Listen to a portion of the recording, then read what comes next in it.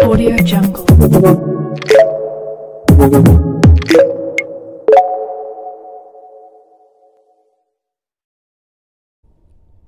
Assalamualaikum warahmatullahi wabarakatuh. Ismi Faidatu Zulfa, Rokmunim U2019-3072.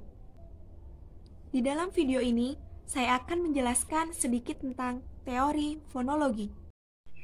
Baiklah, sebelum saya menjelaskan mengenai teori fonologi, di sini saya akan menjelaskan terlebih dahulu apa itu fonologi. Fonologi berasal dari gabungan dua kata dari bahasa Yunani, yaitu pon dan logos. Pon yang berarti bunyi, dan logos yang berarti tatanan atau ilmu. Jadi, fonologi secara terminologi berarti bidang linguistik yang mempelajari, menganalisis, dan membicarakan runtutan bunyi-bunyi bahasa. Selanjutnya, saya akan menjelaskan mengenai teori fonologi. Pembagian kajian fonologi. Di dalam fonologi dibagi menjadi tiga, yaitu fonetik, fonem, dan alofon. Yang pertama yaitu fonetik, salah satu cabang ilmu bunyi yang khusus membicarakan masalah-masalah bunyi tanpa memperhatikan fungsi dan makna bunyi tersebut, misalnya cara memproduksi suatu bunyi, makhraj, dan sifatnya. Yang kedua adalah fonem, berarti bagian atau kesatuan terkecil dari sistem bunyi bahasa yang mempunyai fungsi tersendiri sebagai pembeda makna. Misalnya, dalam bahasa Arab ditemukan adanya fonem pada kata khusufun, kasufun. Kedua kata tersebut memiliki kemiripan bunyi dan jumlah bunyinya sama, yaitu 4 bunyi. Seperti halnya contoh lain, perbedaan huruf terletak pada dua huruf yang tentunya mempengaruhi terhadap makna yang berbeda. Huruf N dan B, keduanya adalah merupakan fonem. Jika N dalam kata nasi dan kemudian diganti dengan B, maka akan menjadi basi, sehingga hal ini akan mempengaruhi terhadap perubahan makna kata. Yang ketiga, alofon, yaitu bagian terkecil dari bahasa yang tidak memiliki fungsi pembeda. Jika diganti, maka tidak akan berpengaruh terhadap perubahan makna. Misalnya, nun idhar dengan nun ikhfa, lam mufahham dengan lam muraqqaq. Sehingga lam mufahham dalam wallah jika diganti dengan lam muraqqaq, maka hal ini tidak akan memunculkan perubahan makna. Macam bunyi yang pertama yaitu vokal. Vokal merupakan suatu bunyi yang dihasilkan dari getaran pita suara dengan tanpa ada penyempitan dalam saluran suara di atas glotis. Vokal dalam bahasa Arab mencakup bunyi fathah, kasroh, dan domah. Bunyi ini termasuk bunyi yang bersuara yang prosesnya dengan penerobosan terhadap klep pita suara melalui tekanan. Sedangkan macam bunyi vokal dalam bahasa Arab menurut para linguis fonetik Arab dibagi menjadi 3 aspek, yaitu berdasarkan panjang pendeknya vokal, kedua tebal tipisnya vokal, dan tunggal majemuknya vokal. Yang pertama, aspek panjang pendeknya vokal. Sebagaimana yang disebutkan di dalam buku Al-Aswad Al-Arabiyah karya Kamal Mahmud Bishir, bahwa pembagian vokal menjadi 2 macam, yaitu vokal panjang dan vokal pendek. Vokal panjang. Vokal panjang dalam bahasa Arab disebut juga dengan mat. Maksud vokal panjang yaitu bahwa dalam pengucapannya membutuhkan waktu 2 kali dari durasi pengucapan vokal pendek. Contohnya, semisal qoma, suara, ada, ja'a, huruf waw mati yang didahului oleh domah, misalnya muslimun, mukminun, dan huruf ya mati yang didahului oleh kasroh, misalnya muslimin, musyrikin. Vokal pendek, kebalikan dari jenis vokal panjang yaitu vokal pendek. Dalam bahasa Arab, beberapa huruf yang termasuk mengandung vokal pendek yaitu aspek tebal tipisnya vokal, yaitu ini unsur yang kedua. Pada aspek ini, pembagian bunyi vokal dalam bahasa Arab dibagi menjadi 3 macam vokal: vokal tebal, vokal semi tebal, dan vokal tipis. Dari penjelasan yang kedua, aspek tebal tipisnya vokal terbagi menjadi 3 kan?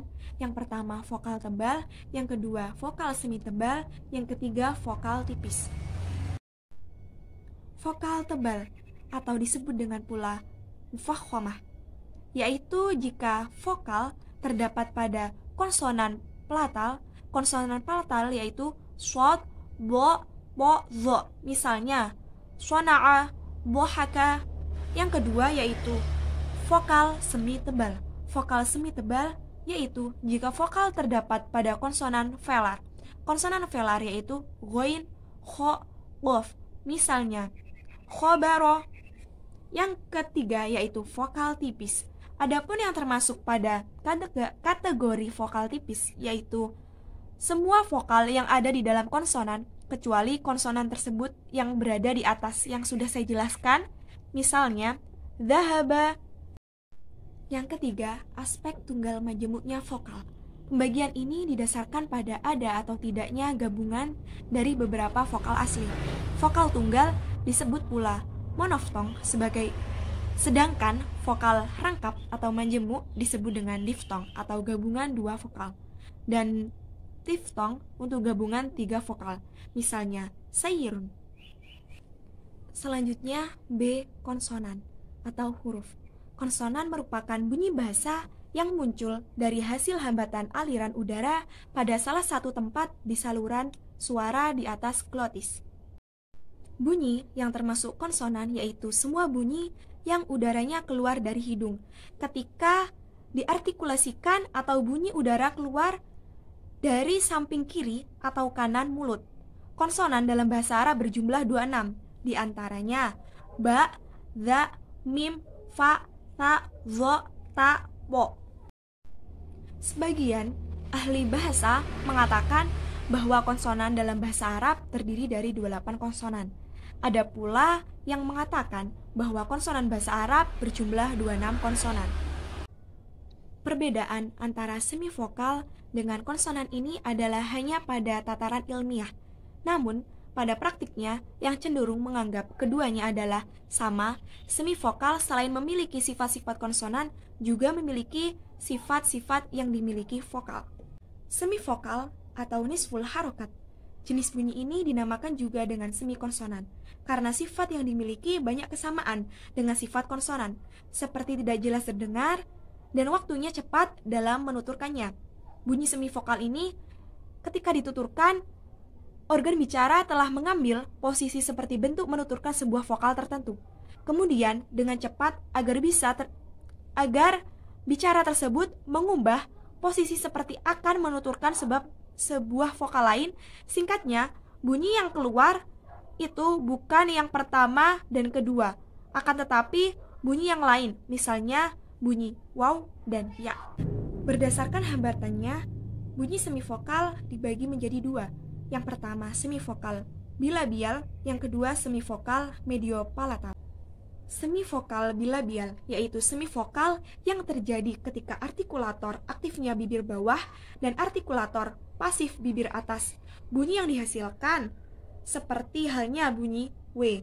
Yang kedua yaitu semivokal mediopalatal, yaitu semivokal yang terjadi ketika artikulator aktifnya tengah lidah dan artikulator pasifnya langit-langit keras. Kesimpulannya, fonologi merupakan salah satu bidang cabang dalam kajian ilmu linguistik yang membahas tentang bunyi-bunyi bahasa. Bunyi bahasa ini dikategorikan menjadi dua, salah satunya yang menjadi pembahasan fonemik. Fonem membahas tentang bunyi bahasa yang berpengaruh terhadap makna. Berdasarkan pembagian bunyi atau karakteristiknya, para linguistik membagi bunyi menjadi 3 macam, yaitu yang pertama vokal atau harokat, yang di dalamnya terdapat aspek panjang pendeknya vokal, vokal panjang dan vokal pendek. Aspek tebal tipisnya vokal, yang di dalamnya ada vokal tebal, vokal semi tebal, dan vokal tipis. Dan yang terakhir aspek tunggal majemuknya vokal, yang di dalamnya terdapat konsonan atau huruf dan semi vokal nisful harokat. Sekian dari penjelasan teori fonologi. Mohon maaf jika ada kesalahan atau penjelasan yang mungkin sulit dipahami. Sekian dari saya, kurang lebihnya mohon maaf. Syukron kasir. Wassalamualaikum warahmatullahi wabarakatuh.